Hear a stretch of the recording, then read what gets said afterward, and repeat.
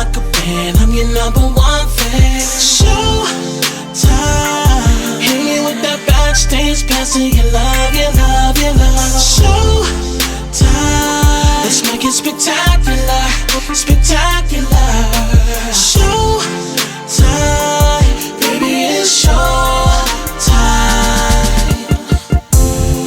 Hard work and dedication, no days off. You gotta go get it, cause they ain't gonna give it to you. We never have our hand out, we had our plan out. We don't ever try to fit in, cause we already stand out. I am your host, Hollywood Mac, and I'm joined by my brother Todd Lamar, Rock, Todd, Rock the Writer, whatever you want to call me. I'm in the building. We got, to the left of you, the amazing Shawnee. Hi. So we got a special guest today. We got a nice situation going on here. We got three women that has an amazing story. We have DeMarca, Shell, and Carrie. Welcome to the Vision Podcast. Thank you. Thank you. Yeah, man. When I envisioned us doing this podcast, it was shows like this that I really want. Of course, we the kind of history we got doing entertainment and all that. You know what I'm saying? Of course, we was going to interview, the guests that we had in the past. You know what I'm saying? Musicians and actors and stuff like this. But today, show for me is probably gonna be like one of my favorite ones. You know what I'm saying? Because we really get to talk about life. You know what I'm saying? And the ups and downs of life. And how you push past. You know what I'm saying? The ups and downs. You know what I'm saying? I've been through my own personal ups and downs. I've shared a little bit about that on the pod. I'm gonna probably get into a little bit more of it today while we talk to them. But before we get into it, how was your weekend, bro? My weekend was great, man. It was different. Mm-hmm. I rededicated my life back to. You was out the country. God. You the cliff. Man. Amen. Okay. Okay. Amen. All right. I got baptized. All right. I found a church home, and whatever purpose awesome. God got for me, That's where we at. walk into it. So no more mods.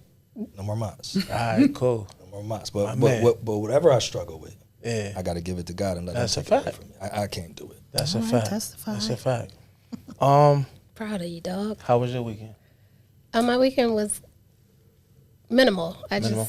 I did nothing really. I went to my friend's birthday party on Friday, and I stayed in Saturday and Sunday. Okay. Everybody, how was your weekend? Cool. Yeah, I worked all weekend, so it's out of the ordinary for me, but I've gone back to work, so. All right. Yep. Cheryl, what's poppin'? How was your weekend? Cool. It was good with the grandkids, resurrection. What's up? What's up? Busy, Busy? singing everywhere. Everywhere? I'm tired. Yeah. I'm vocally tired. Yeah. But yeah. You was tired yesterday when I had talked to you. You sounded like you was about to go to bed. Yeah. It was like 3 o'clock. Mm-hmm. Word. After dinner. Yeah. I had a cool weekend, man. I went to the Joe concert on Friday. How was that? That's my favorite singer. You know what I'm That's saying? really It was dope. good, but Eric Benet was the one, though. Really? He surprised me, man. He tore it down. You know what I'm saying? Had a couple standing ovations. He was serious. Nice. The only thing I really peeped, though, he just don't got the songs. Like, when music came out, I forgot how many hits he had. Then Joe came up. Of course, I know how many hits he had. It's just like I seen the difference, because Eric got the voice to be the closer, but he just don't got the songs. You know what I mean? So, They didn't let Joe close again? Yeah, Joe closed. Oh, good. Yeah, Joe closed. Okay. Yeah, Eric Benet opened it up, and when I say he opened, I felt sorry for music having to come after that because Eric Benet was a monster. Yeah. I mean, you got a tone setter, and then you got a closer. Yeah. So whatever happens in between, you just better come with it. Then we was at the comedy show. Was that Saturday? You know what I mean? Saturday, that was a good time. Yeah. So weekend was good. I got a little kind of like a heavy heart a little bit because I got a funeral to go to tomorrow. I got my cousin. I got to bury my cousin tomorrow. I don't know if y'all heard about the story of the People Inc. Yeah, my cousin, you know what I'm saying, she's special needs, and she got attacked by another special needs resident that shouldn't even been on the bus with her because he had a history of being violent, but he wound up breaking her neck. And they had to put her on life support, but then they had to pull the plug on her last week, so we put her to rest tomorrow. My condolences, My bro. condolences. So shout out to my auntie Earlene, man, losing her only daughter, man, is, a little tough, you know what I mean, but, man, through God, she find the strength to keep it pushing, man. You know what I mean? So, Amen. yeah. Man, let's get into it, man. You know what I'm saying? Touch your nerves. You're going to be all right. All right, yeah. So we're going to, all three of these beautiful ladies are they my friends, you know what I'm saying? They all got like a powerful story. So we're going to get into your story first, Carrie. So if you can, take me back to that night. Like, how did that happen? You know? I almost died 4.5 years ago on November 8th, 2020. I was riding my motorcycle. I hadn't ridden it a lot that season, so I figured I would just take it to the mall and went shopping a little bit, had my backpack on my way home, and I was about a mile from my house, and I got hit by a truck. And when the truck turned into me, he crushed my leg, and I flew off the motorcycle and up in the air and hit a telephone pole and landed on the curb. And part of my leg was in the street, and I was gushing blood out of my leg and losing a lot of blood real quickly, and was losing consciousness. And there was just people taking videos and pictures of me while it was happening. So that was traumatic for me. Yeah. No one was helping. So I almost lost all my blood there. But then a lady got out of her car, and she ran over, and she's the one that called 911 and helped me until they got there. I eventually went unconscious because I lost so much blood. Yeah. And I woke up in the hospital. The accident happened around 3 in the afternoon, and I woke up in the hospital about 10 o'clock that evening. And I didn't know I lost my leg at that time. Mm-hmm. But when I woke up, I saw everybody around me, and I'm like, and this must be serious. Yeah. And then my family told me that I lost my leg. And I'm a Hall of Fame athlete. Like, I've been an athlete all my life, mm-hmm. And been able to physically do whatever I wanted to do. So losing my leg, when they told me that, I thought like my world was over. Mm-hmm. Everything that I did involved my physicality. So I was devastated. And I fell into like a deep depression, like shortly, for a while after my accident. But then I'm like, Carrie, you gotta get out of this. Like, this is not you. So it was short, 8 days. Mm. The 9th day, I told my therapist I want to go home. I don't like laying in this hospital. And they said, you had to pass some physical tests in order to go home. Mm. So I'm like, let's do it. So I did all their physical tests on my one leg, and they said, you're good to go home. So the nurses and therapists came to the house, and my boss called me. I'm a teacher, high school teacher, and I was a coach and security officer and a referee at the time. Mm-hmm. And she said, you need to take the rest of the year off of school. And I said, I can't do that. Mm-hmm. I said, for me, knowing me mentally, I can't just sit in the house and wallow in, what's happened to me. Mm-hmm.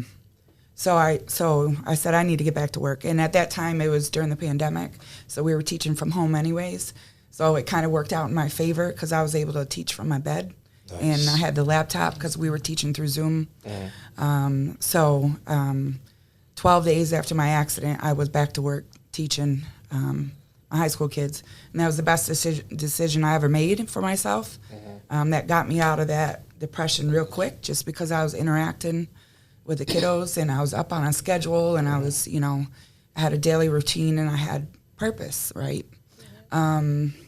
And then, let's see. So that accident happened the day before basketball tryouts. And so I was devastated about that, too, because I was a head coach at Sacred Heart.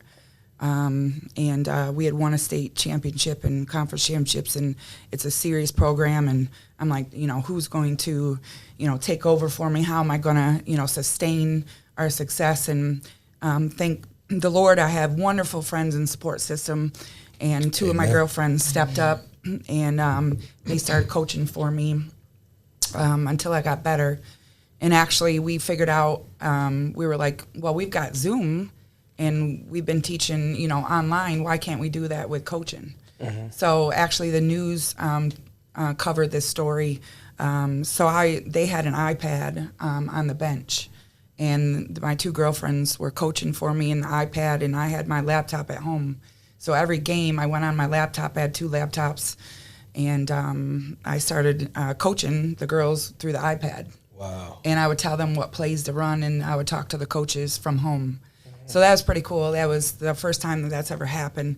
So I started getting into things and, teaching and coaching, and then getting back, doing things. But I've had 16 surgeries in the 4.5 years since my accident. And I didn't plan on that. I thought, the initial surgeries to save my life, and I was going to get my prosthetic leg and I would be good, right? But I had complication after complication, setback after setback. They had to amputate my leg again a second time. I almost died last year from an infection in my leg.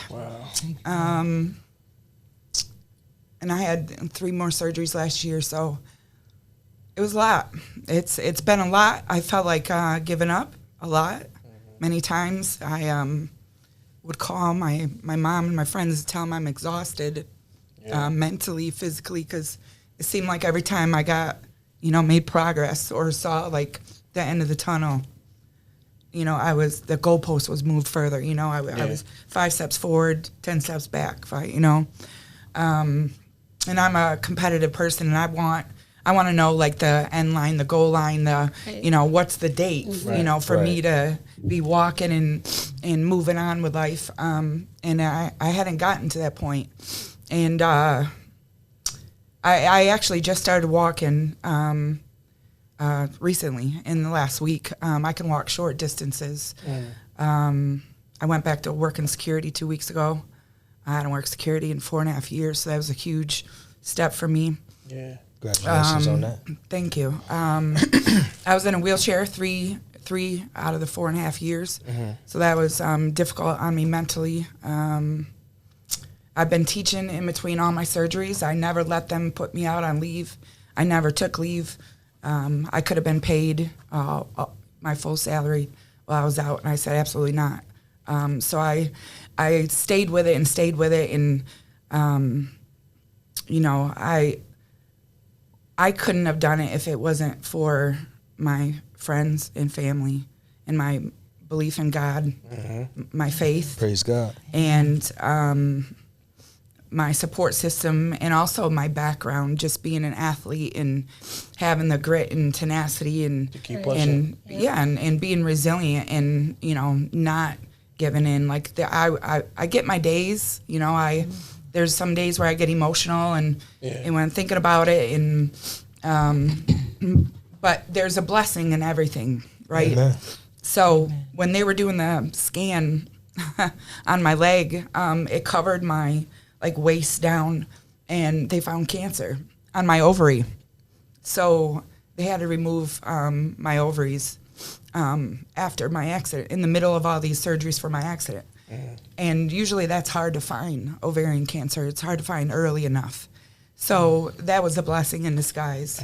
There's many blessings in disguise throughout this whole journey I've been on. Yeah. I remember when it happened, I sent my father over to... Yes, he did. He came and prayed for me. For you, and, I would always check in with you periodically, make sure you was okay and everything like that. And I knew, because I knew the kind of person you were, I knew that one day you was going to find that, that light at the end of the tunnel. I know it seemed dark, but, I just knew that you was going, you was going to find it, and you did. So when you look back on the process, what was the hardest, what was the hardest part of it? You know what I'm saying? To get to this point where you at now, what was the hardest part of the whole ordeal? I would say the mental aspect of it. Yeah. I was always an athlete and always strong. And so the physical therapy was It was easy for me. It was painful, very painful. I don't cry much, and for something to make me cry, it's got to be a lot of pain. So, but I could get through that. That was nothing because I've had sports injuries and so on and so forth. So that wasn't hard. It was the mental aspect of it. And I thought I was strong before this accident, but man, something like this happening will humble you. It'll make you appreciate things that you didn't appreciate before. That's a fact. It'll make you realize how much stuff you took for granted. Yeah. And you never know how strong you really are until you're put in a situation like this. Like there's so many things I've done that I never thought I could do. I never thought I was going to go back to working security anymore. Yeah. I got rid of all my stuff. And here I am 4.5 years later, back working security.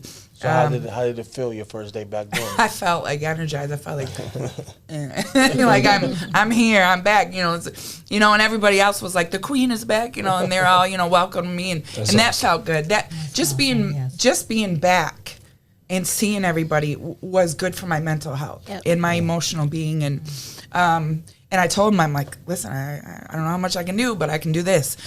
So I've also learned to focus on what I can do instead of what I can't, because I started off focusing on what I can't do, all the things I can't do. And when you do that, you bringing yourself down. You're talking, it's when they say speak it into existence, right? You focus on those things, and then now you're starting to have negative thoughts, and you're getting down. And I'm like, Carrie, you gotta stop doing that. Focus on what you can do. You can do this. You can do this. You can do this. I may not be able to referee soccer and lacrosse anymore because I can't run. But what sports can you do? I can do softball. I can do volleyball because it requires standing there. So now I'm reffing soccer and volleyball because that's something I can do. That's great. I still went back and coached. I coached in my wheelchair until I got my prosthetic leg, and then I coached for a couple years after my accident. And then I ended up retiring because the next year I had 9 surgeries, and I just had to focus on, myself and getting better and healing and stuff. But those are like the biggest lessons I've learned from this. Yeah. Do you do any public speaking? Because that's a powerful testimony. Definitely powerful. I've spoken. Actually, I just was a guest for Women's History Month with Buffalo Public Schools in here, Summon 31. They had a women's Shiro symposium. I spoke there. I spoke at my alma mater at Duval University to all the incoming student athletes for their orientation. And I've spoken to like basketball teams, sports teams, coming from like a athlete standpoint and things happening. I talked to them about how life is not always going to go how you think it's going to go, how you plan, how you see your future being, and you have to be prepared for those moments and persevere through that. And it's you get knocked down, you've got to get back up. You can't you can't stop. You can't give in. So a lot of kids don't understand that. They've had kind of, and the people in general, they may have an easy life where nothing has happened to them, and they have to understand that it's not always going to be that way. I didn't picture my life like this, but there's a silver lining. I'm not different. I'm still Carrie, but I'm starting a new phase, a new chapter of my life. I can do, greater things. Right. That's a blessing. 3 months after my accident, I went downhill skiing. I never skied in my life. Wow. I skied on one leg downhill. Wow. Tell me that I was ever going to do that, I would have said no way. So, you have to learn to appreciate the struggle and the challenges and how it shapes you. Yeah. It's awesome. So if you could say something to, somebody out there that might be dealing with, what you went through, what would be that thing that you would want to, because somebody out there probably feeling the same way, feeling hopeless, feeling like, they can't get back to themselves, but you're living proof to see that you can get back to them. So get back to that point, what would you tell that person out there that might be struggling mentally or physically? And First, I would tell this is something that my psychiatrist said to me that I stayed with me. That don't compare your struggle to someone else's, right? So I would be like, well, I can't complain or be sad because there's people with that lost all their limbs, and one of my mentors lost all her limbs. And why am I over here? And he's like, no. He's like, you have every right to grieve that and to feel the way you feel and to not compare. And when people compare their situation to me, like, oh, I shouldn't complain because I have a broken leg or sprained ankle or a bad back, and here you are, missing a leg, and you're still going to work and doing this, doing that. And I'm like, no, you do have right. We all have, I'm sure, have gone through some things in life that are challenging, that are struggling, that cause us pain and trauma, and you have to see it, you have to feel it, but don't stay in it. Like work and go through it. You better talk. Yeah. That's right. One of my, I got this tat after my accident, and it's 2 Corinthians 12:9. And it said, my power is, my grace is sufficient for you, and you can rely on my power in your weakness. And that's something I take with me, and I hold that because I have been weak so many times since my accident. And I never thought I was before. I was like, I got this. I'm Carrie. I'm strong. I'm this and that. But man, life will humble you, but that's okay. I pulled this out because I wanted to say this with the verse, but it talks about God's power is made perfect in weakness, and that suffering and weakness are not feared, but to be embraced. For opportunities for his strength to be revealed. And that couldn't be any more true. Like, I have found strength that I would never imagine in my weakest moments. So that's what I would say. Like, don't get down and feel negative about any challenges that come along. Accept them, take them in, and learn, like, what is God trying to tell me? What is life trying to tell me? And then find your purpose. Yeah. So, and find your purpose. Don't take anything for granted. Those would be my words. That's real. That's beautiful. That's word. Thank you. Yeah. You're welcome. That was awesome. Appreciate That you was for awesome. coming, man. That was awesome. For real. And that's why I wanted you here, because somebody out there, people need to hear that, man. And I do that. I always say, compare my situation to somebody else's and be like, well, it's people out here who's starving, or, I do that a lot. So thank you for that. Yeah. And I also, when I get in my feelings, I think, Carrie, like this is the moment when I have to, when I remotivate myself to get myself out of those, places. I'm like, Carrie, there are people that would give anything to be in your position, that are bedridden, paralyzed. I have an aunt who's paralyzed from the chest down from a motorcycle accident. Same thing. And when I talked to her, it humbled me because she said, Carrie, I have both my legs, but I stare at them every day and I can't use them. Wow. She's like, you can get up and walk again. I can't. And I'm like, wow. I'm like, okay, yeah. So every time that I start getting my feelings, I remember that talk with my Aunt Pam. And I'm like, snap out of it. And so then I start going and doing what I do, so, that's Are you important to still remember. able to get on a bike? Do you still want to get back on a bike? Yeah, I'm not. That could have happened with me walking down the sidewalk. Right. I'm gonna buy another motorcycle. It's probably gonna be like a Can-Am, where two in the front, because I want to be able to shift or anything over here or feel the ground when I put my leg down on a regular motorcycle. But it does not deter me. It could have happened in numerous other situations. So. You're a brave one. Thank you. I've never rode motorcycles. I've never even tried. I never rode with nobody. It's just too much speed and just no protection. You know, I always got God's protection, but nah, that's not for me. Keep me in the car. And you know what? I was going 30 miles an hour on a road, and the guy was driving towards me, and he took a left-hand turn right into me. So it wasn't even like a speed factor. It's just a lot of people don't pay attention. He got a ticket for making an illegal left-hand turn while I was right away. Yeah. I've been in church my whole life, and the first time that I listened to my grandmother, like, you know how you say people still living off of grandma's prayers and stuff like that?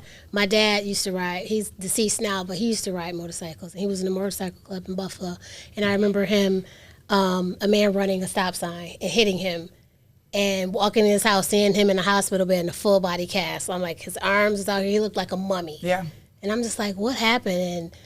And he was still like alive, and he was just broke, like all his bones were broke. And I remember my grandmother saying, you know, God's got him, Shawnee, like he's gonna be okay. And that stuck with me like my whole life. Like my grandmother's prayers worked. Like she must got a direct connect line to God, because this man could have been, you know, gone. There were so many times where I didn't know how I was going to get things done or how I was going to do things after my accident, but God always came through. Like, and there was times where I've prayed to be in this spot that I'm in right now, as far as physically. Right. Like, I walked into this building with no assistive device. I was dreaming of this for the last 4.5 years. I was using a wheelchair, crutches, a cane, a walker. Yep. To get around for the last 4.5 years, and I'm now able to walk short distances. Praise God. So good. So, I'm getting there, but yeah. You still go to physical therapy? I don't. I worked myself out of physical therapy, so I'm actually going to start going to my personal trainer in the gym again. Good. So that's something that's, big for me too, One to day get at a back in time. the gym. So One day at a time. Yeah. Well, man, thank you once again for that. You're welcome. For that testimony, man. So now I'm gonna talk to my friend Mumu, talk to Shell. First, Mumu, let the people know what you do, you know what I mean, and how long you've been doing it, you know what I mean? I'm a singer.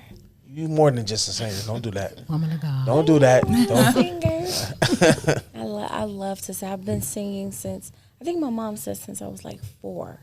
I started listening to like Patti LaBelle, grown people. But I'm a singer. I sing for almost every funeral in Buffalo. There is a sing at Edwards, and of course church. All right, I'll just brag for you because you're going to be mad humble right now. She one of the coldest to ever do it. She's definitely on my GOAT list especially from this area. She's definitely in the top 5 to ever do it for me. You know what I mean, me personally. Michelle, tell the people what you do and who you are. Well, I am Pastor Shell. Woman servant, that's what you Woman told me. servant. Right, thank you. I just honor the protocol under. But yes, I do pastoring. Outreach team, God's Kids Outreach Ministries under Temple of Christ. And we also have a shelter and supported living housing for them without housing. So basically ministry. I used to be with Mumu too, singing background and praise and worship. Nice. She sung at my husband's funeral and my mother-in-law's as well. She's an awesome woman of God. What she going through to come over here and do that for us as well. So yeah. Ministry continues on. All right, well, let's get into it, man. Tell the people, what you've been going through and how you've been making it through. I guess take me back to, I want both of y'all, I'm going to start with Mo. Take me back to, like, how was life before the tragic event happened to you? Like, how was life with your son and, how was it, It was good. I was busy, traveling a lot. Just being a mom. Yeah. Just doing that, everyday life with my kid and my mom and just, singing, going to church a lot. I'm a church girl. Always in church doing something. But, I was on I made it to top 7 when I was on Sunday Best.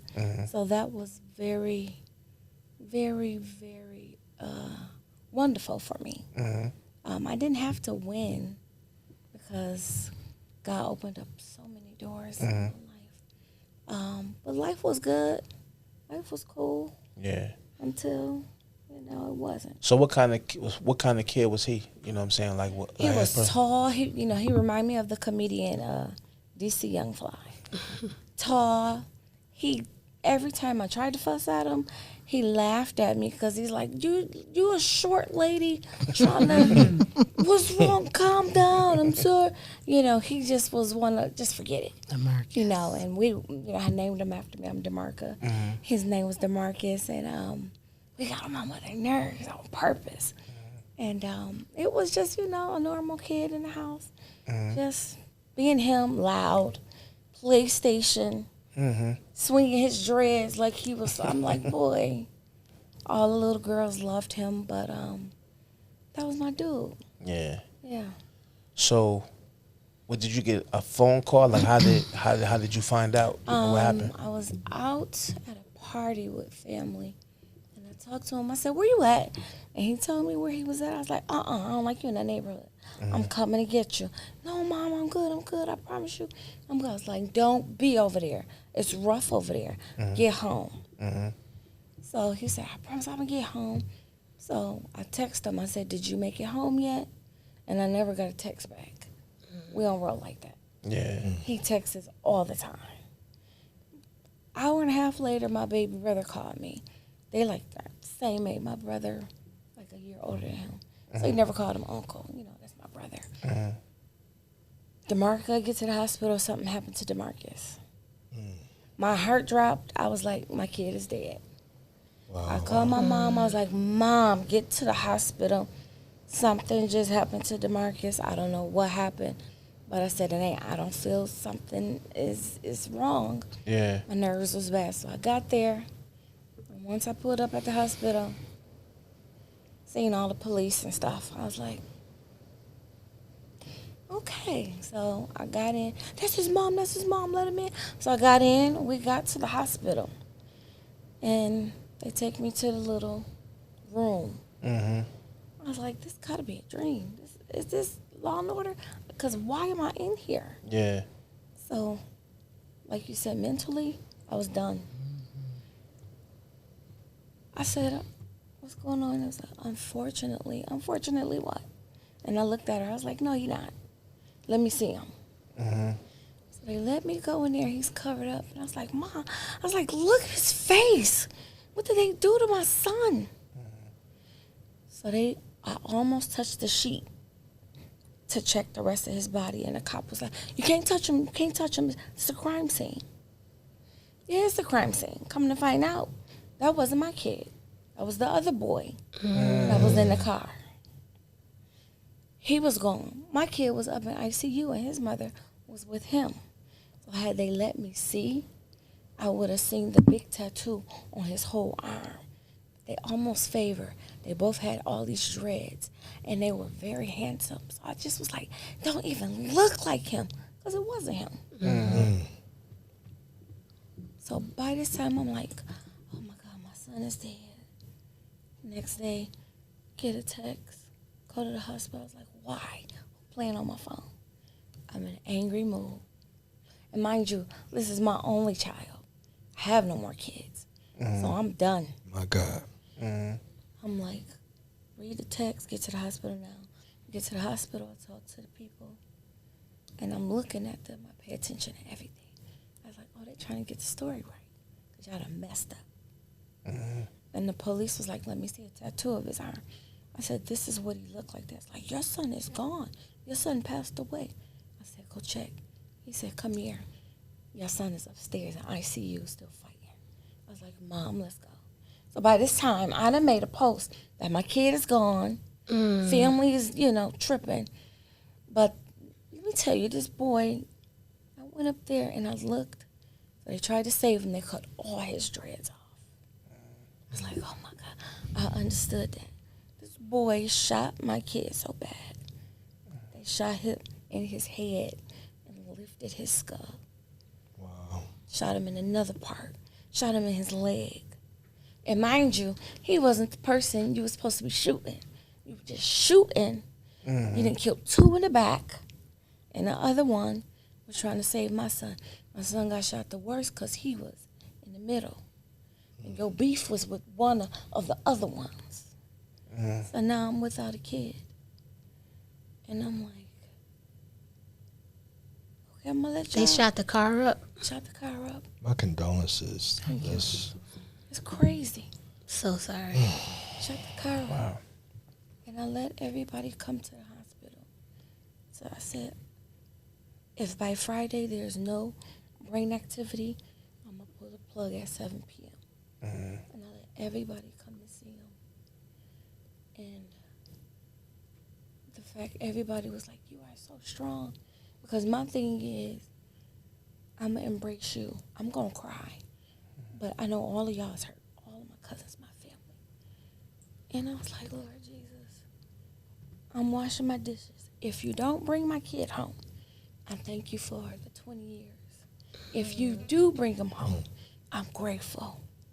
But whatever you do, thank you for the 20 years you let me be a mom to this amazing boy. And I put the plug at 7. And, you know, sometimes your hearing is the last to go. And I just talked to him, and I was like, whatever you do, get your life right, get your spirit right with God. I taught you everything. And we're not going to be with our kids 24/7. Right. We're going to hope they make the right decision. Right. And you was on your way home, but the wrong timing. And I pulled the plug, and I was like, I wish you could hold my hand. I wish I could talk to you. I'm so mad. When they pulled the plug, my auntie and my brother were all in there. His hands lifted up, Wow. and his one hand closed in my hand. I was like, thank you, God. And that was like a beautiful moment for me. But every day has been, since that day, has been the worst 2 years of my entire life. Yeah. The worst 2 years. He died August 3rd. September, October, his birthday, 21st. He would have been 21. Had a big party for him. And I'm just looking around like, somebody please wake me up. Why is my kid not here on his birthday? And everybody else is? This is crazy. So I'm like, I'm here, but I'm not here. You see me smiling, but I'm just letting you see. Because I don't feel like dealing with a lot of the questions, a lot of the hugs. The embracement was fine. I know everybody cared. Then it was too much. Like, stop touching me. I'm in a weird space. Yeah. Worst feeling of my life. Yeah. Here comes December. Here come December. August, he died. Here come December 3rd. I had a situation, I had an injection in my hip from some pain. All of a sudden, I couldn't walk no more. All of a sudden, my whole hip was getting infected. And it was almost to the point where it was traveling down, and I could have lost my whole leg. Had to learn how to walk all over again. Wow. When my kid gone, I got to learn how to walk all over again. And I'm in one hospital. My mom, everybody visiting. She go get checked out. And the doctor said they got to keep her for a while. She called me back. She was like, Moo, they found cancer all in my stomach. Wow. So my son dead. I'm in the hospital. Now my mother in another hospital.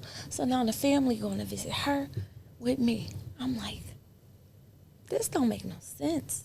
Yeah. God, what are you trying to show me? What do I need to do? I'm confused. I know who he is. But I don't want to hear no scriptures right now. Right. I'm mad. Right. I'm angry. I sing for everybody. I do my best to try to live right. Why me? I don't have no more kids. I can't birth no more kids. I'm not adopting because all I want is DeMarcus. So I get out the hospital, taking care of my mom because I'm her only kid. That's my homegirl. My mom is so depressed because she like, how do I help my only daughter get through from losing her only kid. And it's just us three. Big family, you know, Shelly? Just us three. She fought as long as she could. Then June 8th, she dies. What is going on? Wow. So my son gone. I could have died, but I didn't. I'm confused. And now my mother gone. Why am I all alone? I'm alone. I'm confused. I'm irritated. I'm mad. And I want to know why you did this to me. Because I'm saying to myself, had he survived, she probably would have fought harder. But then I had to watch my mother die in front of me. And I held her chest. And I told the family, come in the room, hurry up. And so before that, 2 days before that, she's like, Moo. I was like, huh? Get everybody over here. I want to see my siblings. She had all this energy. I said, okay. Called everybody. Just happy to see them. That night, she took a turn. Hospice came. They gave her some medicine. She was sedated. She was knocked out. She was fine. Still breathing. The next day, she got agitated again. So they came over. They took her blood pressure. They was like, we don't see none. I said, let me touch her legs. So by that time, her legs are getting cold. My mom didn't open her eyes no more. My aunt said something to me, and I screamed and started crying. That lady looked at me, had a tear come out her eye. And I was like, okay, Mom. And then maybe a half an hour later, she was gone. And my auntie was like, she had to hear her baby cry for the last time. I was like, My Lord. I was like, okay. So I don't know how I'm still here. And I'm grateful to God. But I am lost without them too. Yeah. I don't know what it's like. I look at my door every day the way my house is made. And I look at my door every day like I'm about to wake up. He coming in here. I have to look at not just his stuff. And still, oh my God, I smell his scent. Now I got my mother, all her stuff in my house. Yeah. So I'm like, I'm at peace because I feel like all their stuff is covering me. But I'm like, he died August 3rd. She died June 8th. Her birthday September. His October. Then come Thanksgiving, Christmas, New Year, my birthday. I don't know how to handle nothing anymore. Yeah. Every month is hard. Do you do any type of grief counseling or any type of therapy? Does that help? I was with like grieving mothers who've lost their children through tragic situation, and I got a counselor too. Okay. She's a very good woman. Does it help? It helps because I love talking about them. Some people feel like, you okay? That was my kid. That was my mom. I got my son dressed from head to toe at the funeral. I made sure my mother's face was done, made sure she looked good. I'm like, my two favorite people in the whole world is gone. I don't know how to cook without her. Every holiday was everybody at her house. Everything that was my life. That's the only lady I knew for my entire life. And then him. So who do I have left? My family. You got us. We're here. I know y'all here. But you, auntie, y'all not my mom. It's not the Yeah. same. I want my mom and I want my son. Yeah. It's hard to be around family because now he was in that crew. Christmas time, certain boys, they all together. My brother feels like his childhood has been taken from him. So all he do is work, go to the gym. He's a great brother. So sweet, so kind. All he do is work out. Some people don't know we don't know what to say to you. Just hug me. Just talk to me. I'm good, but I'm not good. My family stays surrounding me. Somebody is always at my house. My church family. Me singing is what keeps me. Literally. Because if I stop singing, I'm going to lose my mind. but I've lost my passion to be an artist. Because everything I was working for was, hey, if something happened to me, everything I wrote, all these royalties, I'm putting you down as executive producer. Even though you didn't produce nothing, you'll get everything. I'm going to make sure of that because you're my only son. Any merchandise I create, it's all yours. I'm going to teach you how to run the business. I don't have nothing to work for anymore because he's gone. Oh, I can still do it for my mom. She's gone. Daddy, y'all, I love y'all. But y'all not my son and my mother. So I'm still singing. Yeah. At my church. Mm-hmm.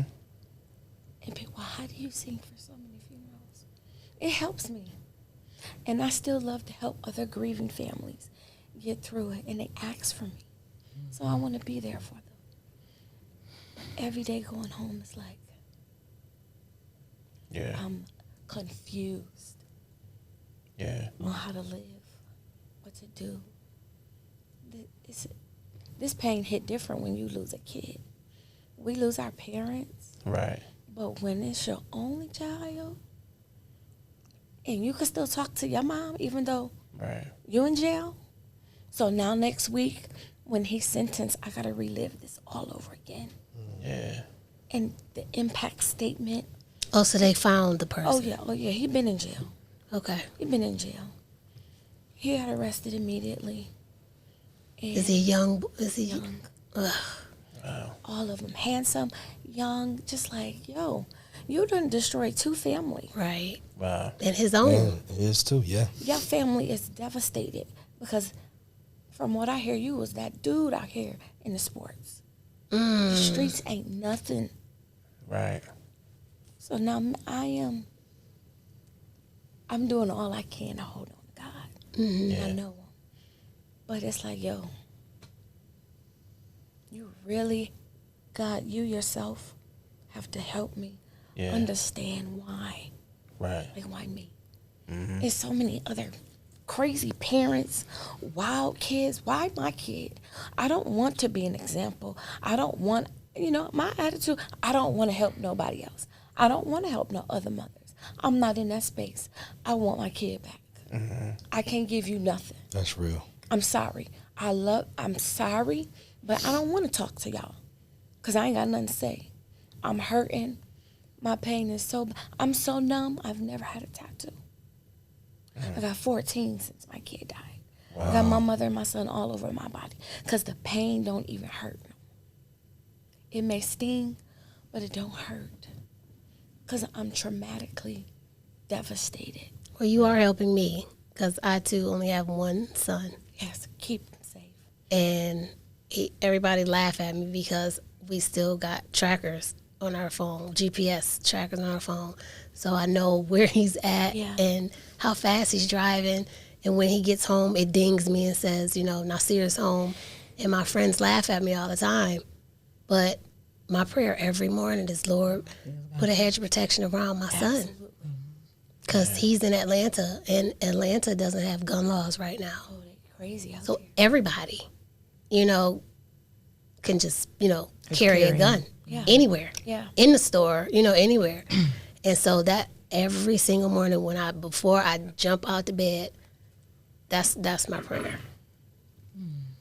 So thank you. You're welcome. Yeah, it's deep. Yeah. So what do the days look like for you now? You just how are you processing, like, getting through the days now? It's a little better than when it first started. Yeah. Because I'm always like at the cemetery, and I shared online because my older sister, she's in Atlanta. She calls everybody, where she at, what's she doing. She's like, she's coming here next week for the sentencing.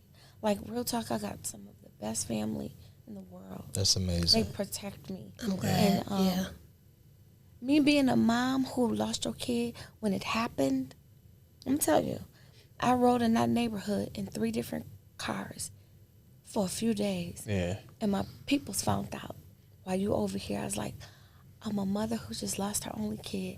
I just want to know where it happened at. Because ain't nobody going to do nothing to me. I promise you that.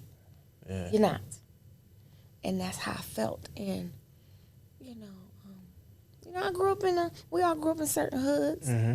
My cousins, my uncles and them, they taught us stuff. You Mumu, you're pretty. You like to be made up. You're a doll. You're a church lady. But you've tried me in a bad way now. Mm-hmm. And so what I am praying for that next week is let our kids just rest in peace. Because I don't want your family, people get irritated in the court. Please don't say nothing to me. And I'm just praying that God, I can't hold no hatred in my heart. Yeah. But dude, I don't like you because you messed up my life. Yeah. I know this is a crazy question, but has anybody reached out to you from that side? Oh no, they sit behind us during the court proceedings that we had to go to. It was going to be a trial, but a few days before the trial started, they was like, "Come to court, something is happening." I was like, and I seen his mom crying. I was like, "Oh, he done pled." Mm-hmm. Okay, I see. Mm-hmm. Because you was done completely done, and I just know They didn't share the plea with you. You don't know anything until next week. I know everything. Oh, okay. They So know. does that give you comfort in, okay. I would never. Not comfort, but is justice, has justice been served by the time that he's getting? Not for killing 2 boys. I don't think so. Yeah. Yeah. They gone. So to me, I tell people, I be like, listen, you could talk to your kid. My Yep. son, I feel like he's taking a dirt nap. Yep. So now I got to look at a beautiful headstone to his face. I wear them everywhere I go. This is my girl. That's my amazing son. And I got to talk to this boy and read the letter. Oh, yeah. I got to read that to him and you don't deserve to Yep. there shouldn't be no numbers added onto your sentence. It should be life completely. I'm sorry. Yep. So every day I'm just praying, God, give me strength. Yep. Yeah. And just, I said, I've been writing, but I don't want to put it out. Maybe sell it to somebody. I don't know. Why do you think that is? I don't know. I don't know if I could do it anymore. Maybe in due time, God may, because right now I feel like I don't have a heart. It's split in half. Right. She got one part, my son got the other. It's damaged. I don't have space to give it to nobody. I don't want to date. I don't want a relationship. Leave me alone because my attitude bad, and I don't want to take my grief out on you. So I appreciate the love. It'd be a lot of foolishness coming my way. Yeah. Sometimes I snap. Stop talking to me. Yeah. Right. Leave me alone. Right. Stop talking to me. And if I keep one of these smiles on my face. Right. But each day is different. Time heals all wounds, and it never healed us. I'm sorry. Yeah. It's So never- I don't like that phrase. I don't Yeah, I don't either. I don't the like it time. either. And Time people heals all. tell No, it me, used don't. to tell me that when my dad passed, it'll get better with time. No, I'm just adjusting to the emptiness, but Dealing it's not with it. healing. No. Right. So don't tell me time. It doesn't. It doesn't. I think a lot of times people just repeat what they've heard over the years. Yeah. And Yeah. until Yeah. you actually go through something Absolutely. grievance have no time limit. Yeah. Right. You know what I mean? At all. Not at all. Right. I just find different ways to cope around it, but it's still there, and it hits me, at any moment. I can be washing dishes, walking outside. It'll hit me. Yeah. Yeah. It's not healing. It's not healing. Taking pictures. I love photography. I love just snapping moments, off moments of family. I love that. That keeps me comfort. And singing and listening to a lot of music. And I love comedy. So I'm always laughing. We were silly in my house. I was silly. He was silly. We, just always clowning. I play Church way too. too much. Everybody, Yeah. way too much. I'm always I'm a fun chick. And my joy is just, Do you write music? Do you sing to him and your mom? I did a little bit. My son was a dope singer too, but he didn't want to do that. I want to be a singer. That's what you do. I'm like, boy. But yeah, and I'm gonna get his room situated in a way where I'm gonna learn how to play his PlayStation with some of the people online. So I told my baby brother to come over. Let's do that. You know what I'm saying? I don't know. Yeah. I don't know what else to do. I will say your story will change the world, and you know you shouldn't hold that to yourself. The songs, you can write a book, you can do a movie. Like you said, if you just want to sell what you write or whatever, do that. Yeah. You know what I mean? It may not feel what you want to do now, but later on, you know, you will appreciate what the gifts that God gave you. We still sometimes don't understand why things happen, but there's always a purpose, there's always a reason, and a lot of times it takes time for us to figure it out, or for him to reveal whatever it is he's trying to get our attention for. Yeah. I think you know, your time definitely doesn't heal all wounds, but what it does is give you time to, like for me, you know, I lost my wife. I didn't understand it. I had a stroke before she passed. I did not, man. And I'm a very vain person. I said this all the time. When I was on that walker and I couldn't see, I'm like, yo, God, you can't have me out here like this, man. Like, I know. You know what I mean? But what it was for me, when I'm telling you, I say that word and it was just falling off the pages, and he was just showing me that, yo, you too full of yourself. That stroke was because the doctors couldn't even figure out why I had the stroke. They didn't, you know what I mean? But as time, like I said, when I was going through it, I didn't understand it. But as I got to read and I really got closer to him, he really started showing me, I did that for you. You had to be humble that way. And that was the only way, because you was too. And my father used to tell me this when I was a kid. He was like, yo, you so strong-willed. You so fully, you know what I'm saying? You know, I'm telling you, humble yourself before God humble. He used to tell me this as a little, because I was always big-headed and cocky and, you know. And he did, man. He humbled me in a way that when I lost her and I had that struggle, and then it was crazy because, you know, she was so just important to my life, and it was like kind of what Carrie was saying. You take things for granted when you have it, and then when it's gone, you like, wow. You know, I always knew you was important, but now I see how important you were. You know what I'm saying? When it comes to, you know, having to do these, you know, going to school and doing parent-teachers conferences and all that, you know, she was the type to have all the bills orchestrated and everything like that. And then I hate grocery shopping. I hate doing laundry. I had to do all these things, and then I just really sat back. I'm like, yo, I really took you. And then I was sitting, and I had so much regret because I started really like getting into the word more. You know what I mean? And changing. And I'm like, man, I wish she could see the man that I am now. And so I had a whole lot of regrets, but it was like, you know, I understand better now. And I still had those moments, you know, like when we was filming with Pete not too long ago, and it was her birthday, March 3rd. Right. You know, it's been, you know, she passed away in 2020, so it's been, you know, like 5 years now. But you know, it's been birthdays, but for some reason I don't know why this birthday was mad hard for me. Like I just woke up, I was crying, I was in my feelings, I just didn't get it. I didn't understand it, but it was like it really shows like, yo, that grieving process, it never ends, man. Never ending. You know, it's never ending. So I want to talk about how me and you became friends, you know. Yeah, your husband passed away in August. August the 2nd. Yeah. And his mother the same day. Yeah. Wow. Yeah. So I want you to get into you know, that, and you know, my daughter. You telling me about your daughter, you know what I'm saying, too. My daughter was first. Mm-hmm. She turned 35 August the 21st. She was 34. I found out June 3rd. We were at work, you know, I'm a supervisor, supported living housing, so I got a call from his cousin Star in Charlotte, and we're here in Buffalo. And then that's when she said, she was like, Shell, did you hear about Tony? They call him Antone. About Antone? I said, what do you mean? I just dropped him off. He going to his program.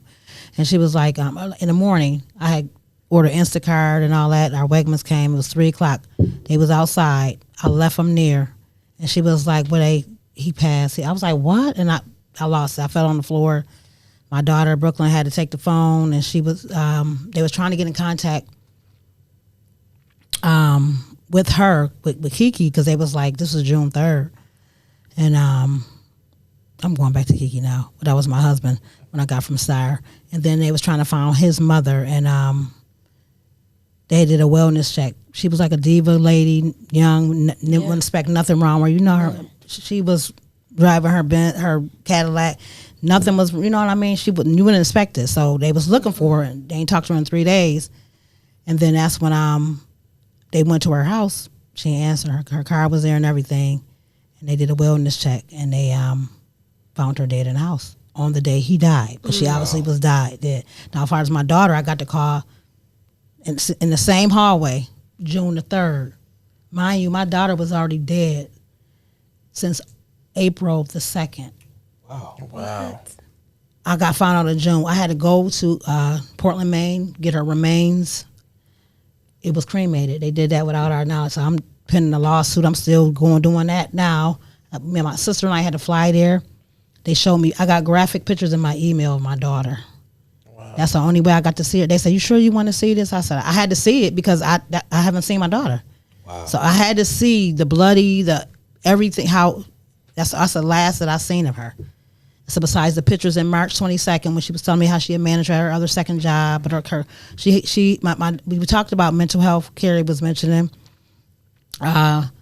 Mental health is so serious right now because my daughter had chronic mental health and my husband had 3 diagnoses of chronic mental health.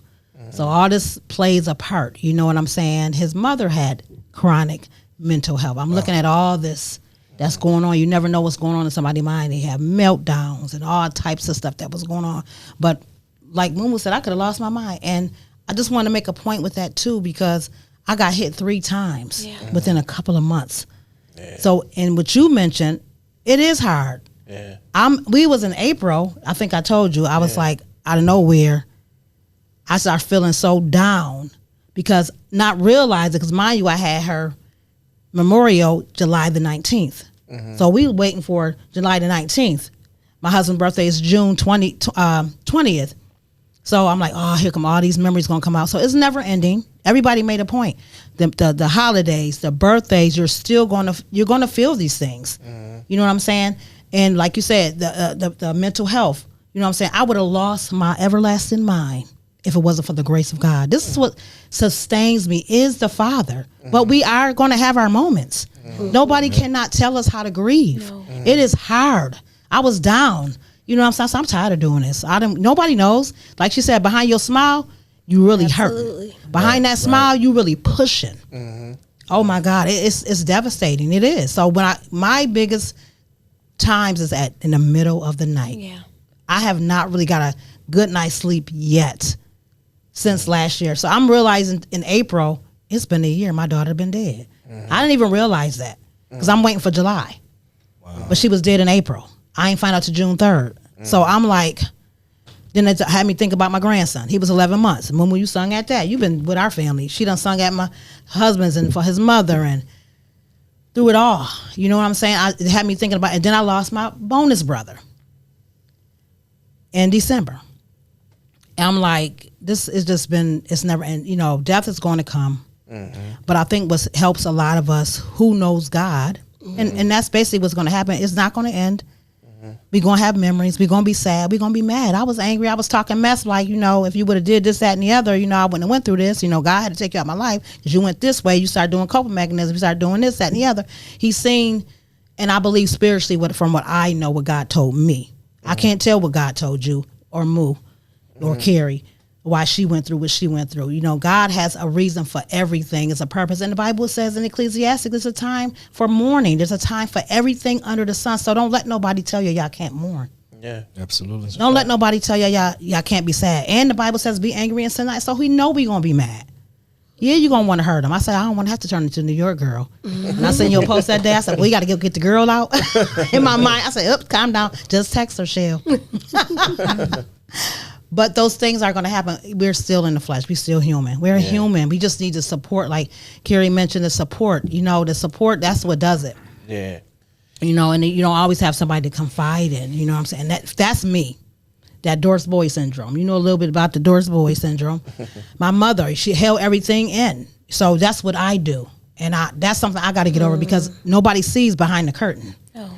When I'm in the middle of the night at 2, 3, 4 in the morning. Right. Yes, Pastor Shell got to get up and preach how to do 2 services yesterday. You have no idea 4 o'clock in the morning, I'm like, dang, I got to find this school. Then I get a phone call because my father, I'm taking care of my dad.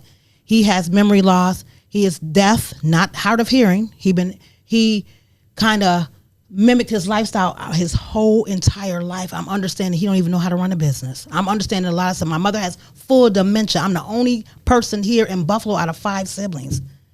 I have more than 5, but on my mother's side, I'm the only one here. Wow. So in my mind, I'm behind like, who gonna come and rescue me? Right. But I never tell them. I'm saying this here now. Now they gonna see this, but I'm just saying. Yeah. You know, we human. You know, and then so sometimes you got to know somehow. People go through it. We react differently. You try to come back. Man, I'm gonna do this. I'm just saying. But God, all I can say is for God. Amen. Faith is the foundation of our morning. Having faith that God is going to give me the strength to keep me going. Because I can't keep going no other way. But the minute I put him down, and we have these moments, and I just wanted to say all this, when I don't feel like doing nothing, then that's when I get attacked. So that's what helps me when I stick in this word. Like Luma says, she's singing all the time. I am so busy. I be trying to take a nap in the daytime. If I don't stay busy, I probably will lose my mind. But God, that's how I feel. I'm busy every day. Every day, even on the weekend, Saturday and Sunday. So you don't take my auntie was like, you don't take time off to do. I said, I can't. My father would play hooky from church, the senior pastor. I'm not going to church today. He come to church in his sweatsuit at the end. I said, go out and pray us out. He came the other day. I'm just coming to say I got to leave on the live. It's on there last Sunday. This is on my live. So I'm like, oh my God. I said, I'm an evangelist. I was an elder, a minister, but I didn't ask to be a pastor. But we refused to let somebody take my father's legacy because everything he did is on his own. He's not voted in, it's his. You know what I mean? So that being said, I got a lot to do. I got like 5 hats I'm wearing right now. Mm-hmm. So I think that's kind of helped me because it is what helps me with wearing those 5 hats because it's spiritual. Yeah. Because God is in it. And it keeps me in my word. Because if I don't, I'm telling you, I had a whole week that, man, I was ready to flip. Like, man, I'm going to disappear. I'm going to be MIA for a minute. Let me go to Charlotte. Let me go somewhere. And they're going to be like, where's Shell? Who going to run this? Because I'm telling you, I have them days. I have them, and it's never ending. Yeah. Like everybody mentioned, it is never ending. We just have to keep God in the equation to keep us up. That's right. His word can't come back void. So, but bottom line is, that's our strength. That's it. Even if you got to cry in the midst of them tears, I was in tears.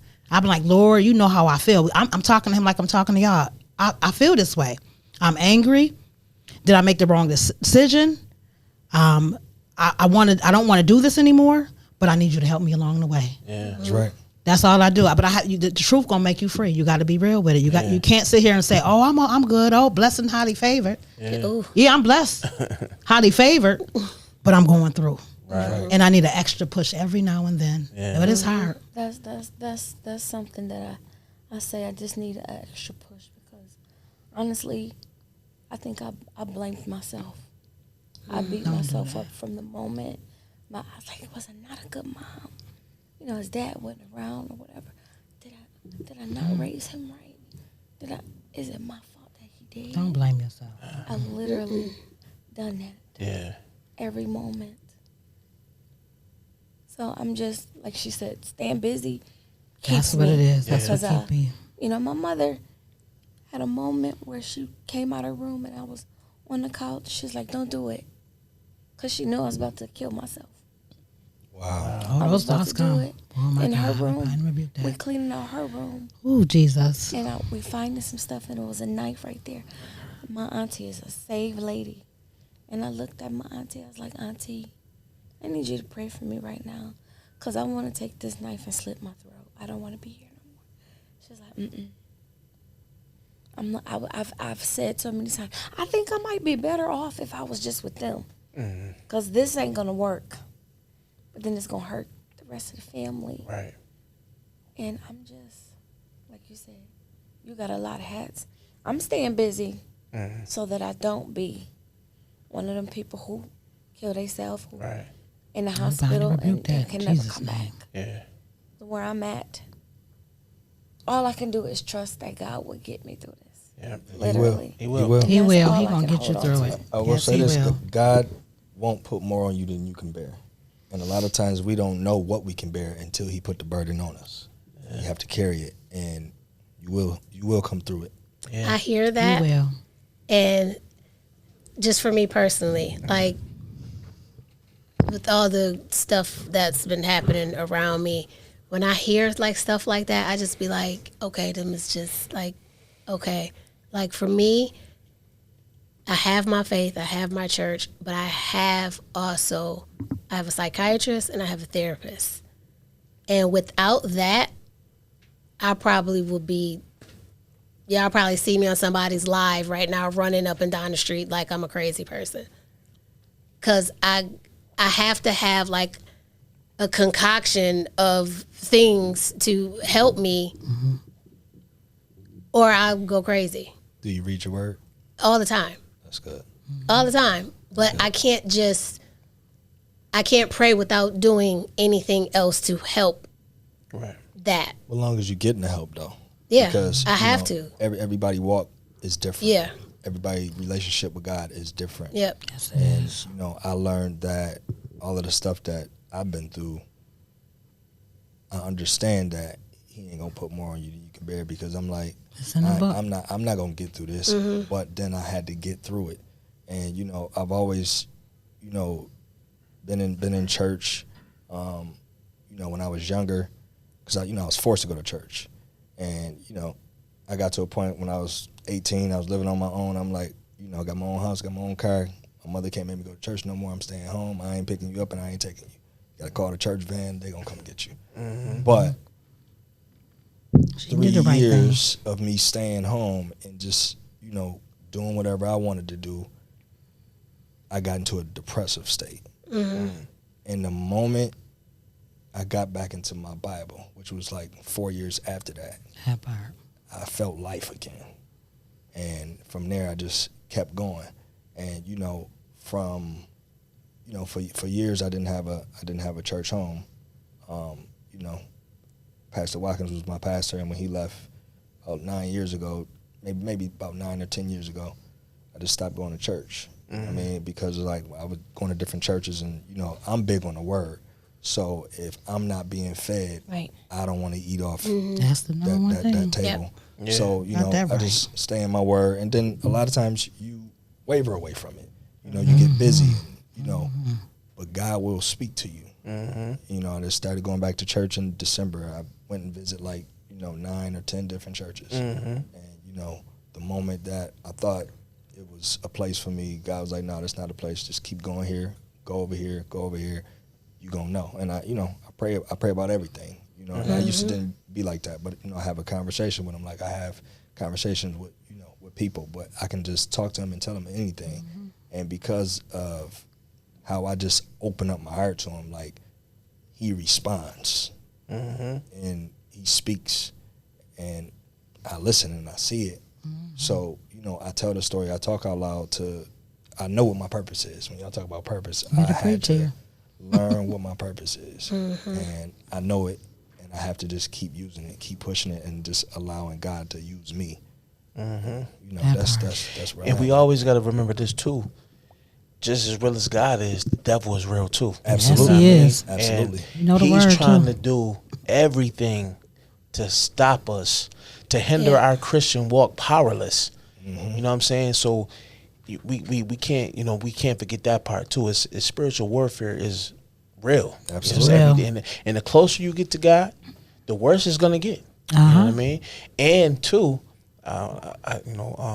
this God speaking to me now, like with Mo and myself, it's like when God has called you, because your gift is undeniable. When you have a gift like that and an anointing like that, man, it comes with a lot. Comes with a lot, man. You know what I'm saying? And even for myself, me doing music and songwriting, it's like God showed me, like, listen, you did all that stuff in the world, and you got worldly accomplishments, but now I need you to give all that back to me, and sow it into me. Like a lot of my producer friends to this day, they're like, man, you ain't writing R&B no more. You ain't. I totally gave it all up, and man, that was the last thing on my plate to give up, because my relationship with R&B music was serious. You know what I'm saying? Like, that was everything to me. Like, you know how many songs I done wrote. You know how many countless hours I spent doing that thing, traveling the world, doing this, that, and third. But God was like, you gotta give that to me. And I'm telling you, the music I'm doing now is so much more fulfilling. You know what I'm saying? I got to the point where it's like, I don't even care how you know, the analytics and how good it do. If it touch one person out there and changes one person's outlook on life, I'm happy about that. You know what I'm saying? Because I'm doing what I'm doing. It's a lot of things I didn't want to do, but I had to do it out of obedience. That's right. You know what I'm saying? And obedience is better than sacrifice. So, you know, this show today was really a blessing. You know what I'm saying? And I'm just so thankful for y'all coming up here and sharing, man. I'm sure somebody out there gonna be blessed by this, man. And I know, and like I say, I know every day is gonna be a battle, because every day it's a battle for me. You know, like when my son comes to my room, since my youngest, he be like, yo, I miss mommy. And it's like, man, sometimes I don't even know what to say. It's like, you know what I mean? And I remember the day she died in the house. And so, you know, my youngest son, at the time he was 10, and my oldest at the time, I think TJ might have been, he was like maybe 17, 18 at the time.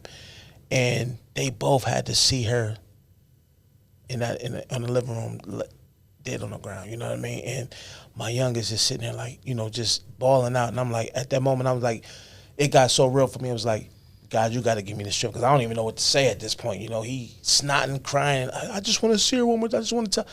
And it's like, it's crazy, because the night before, because she used to always like, she couldn't sleep upstairs because she had to be in the hospital bed. So, you know, the cancer had, was really infected her, like her breathing. So she had to sleep up a certain kind of way. So we had the hospital bed set up downstairs. So she used to kind of get mad at me at nighttime, because she used to be like, because I used to, have to go to bed or whatever, because I got to wake up early with the kids, for get them ready for school, make sure they good, because my youngest, he'll go outside looking like anything. And I'm real particular, like, you represent me when you out here. You ain't going to be just throwing on anything. So, but this particular night, I was like, you know what? She was like, I want you to sit downstairs and, watch this movie with me. You know what I'm saying? I was like, you know what? I'm going to sit down here as late as I can. So I stayed down until like 3 in the morning. And I was like, I'm going to go to bed so I can get up and wake them up at like, 6:30, whatever. Man, it just that fast. She was gone when I woke up. It was over. And it's like, you go to sleep, you a family, and she seemed, everything was good. We was talking, you know what I'm saying? And the next day she was just gone. And it was like, man, you know what I mean? Now, everything, your whole life has changed. Mm-hmm. You go from your life being one way, and then it's just totally different. And never to be the same again. And what used to piss me off? When people be like, man, I know what you're going. You don't know what I'm going through. Right. You ain't never been married. You ain't never lost. What do you mean you know what I'm going through? You have no idea what I'm going through. That right there, if you wanted to piss me off, that was the line right there. Mm-hmm. That might get the memory smacked out your head. That line right there. I'll give you a line if it's good that it happened to you and not anybody else, because you can handle it. I'm like, wow. It's a good thing it happened to you. That's what a lot of people say. Oh, you're tough enough. It's a good thing it happened to you. Mm-hmm. People just say anything, man, and don't realize how stupid they sound. Right. You sound crazy. I get it a lot. You get people that say that? Like, you so strong. That's all I hear. You so strong. If it were to happen to anybody, I have no idea. It happened to you. Right. No, it's not. They say that you're strong, and that's what they say that to me all the time. They say a lot of times, I didn't lose a kid, but I lost a godson, or I lost a nephew. I got you didn't push them out. Right. It's not the same. It's totally different, man. When people they do that a lot. So instead of just listening, they love to insert or a situation or story of their own instead of just listening, or like you said, oh well, I have a nephew that passed. I have a godson. No, just listen. Don't set your story up there and try to compare or go toe to toe. No, let her speak and be there for her. That's it. No, what they say is how they say it, or I'm sorry, I feel your on behalf pain. of the dummies. You know what I mean? Because we all go through pain. It's just they can say it that way, because you can give your experience, but you can't tell nobody how to go through. And I know how you feel, but I'm it's familiar with me, so we gonna pray together. Mm-hmm. Yep. It's just all right. So ending. We're gonna wrap some things up. You know what I mean? So for anybody that might, there might be some people out there that see this, might want to reach out to y'all on social media, might want to, come Are see you you receptive sing. to that? I am. All right. Come see you sing at the church or whatever the case may be. Yeah. Where can they follow you at on your socials, man? Where you at? I'm on Facebook up under DeMarca Wheeler and Instagram DeMarca Wheeler. So, or you can Google me. You'll find me on there too. Just DeMarca Wheeler. So, You use your Googles. You Googleable. yes, I am. Ain't that right? Yeah. All right, Shell, where can Shell Lynette or Shell what's the name of your first? What's the name of the church? Temple of Christ at Okay. 1230 Genesee. They can reach us up there. We have prayer at 11 a.m. to 12 every Saturday. It's for the body of Christ. It's not for a church. It's for everybody. So they can come up to 1230 Genesee. And then I'm on Facebook. I got plenty of pages. Temple of Christ, Shell Lynette, Shell Matthews, and God's Kids All the Rescue hats. Place. All the hats, huh? All the hats. Carrie, Yeah. on your socials. I'm just Carrie Elizabeth on Facebook. I know there's other Carrie Elizabeths, so find a picture that looks like me. But my Instagram is Wonder Woman CEO, my initials. So Wonder Woman CEO, all one word. So that's probably might be easier to find. But yeah. Okay. Y'all already know TyLamar.com. Please listen to the new album. It's out right now. Balance for the Kingdom 2. If y'all didn't get one, that's on there too for you to get. You know what I mean? Man, get in tune. Phenomenal album. Very moving. Man, get that. It is. It's nice. I'm Shawnee, just where you at? Shawty 2 Eyes 10 on Instagram. What's up, Mac? You got 90 outlets. Shout them all out, man. Superstar. Go ahead. Mr. Hollywood Mac _ on IG. The Vision Podcast 24 on TikTok. All the links is on the got that IG. too. So, check out the movies, check out his album, and just follow us. Hit that subscribe button, hit please. the like button. For sure. Comment. Tell us how you feel. I'm tired of y'all talking to me in person. Comment. Okay? Be the change you want to see. God bless. Vision Podcast. Peace and love. We out.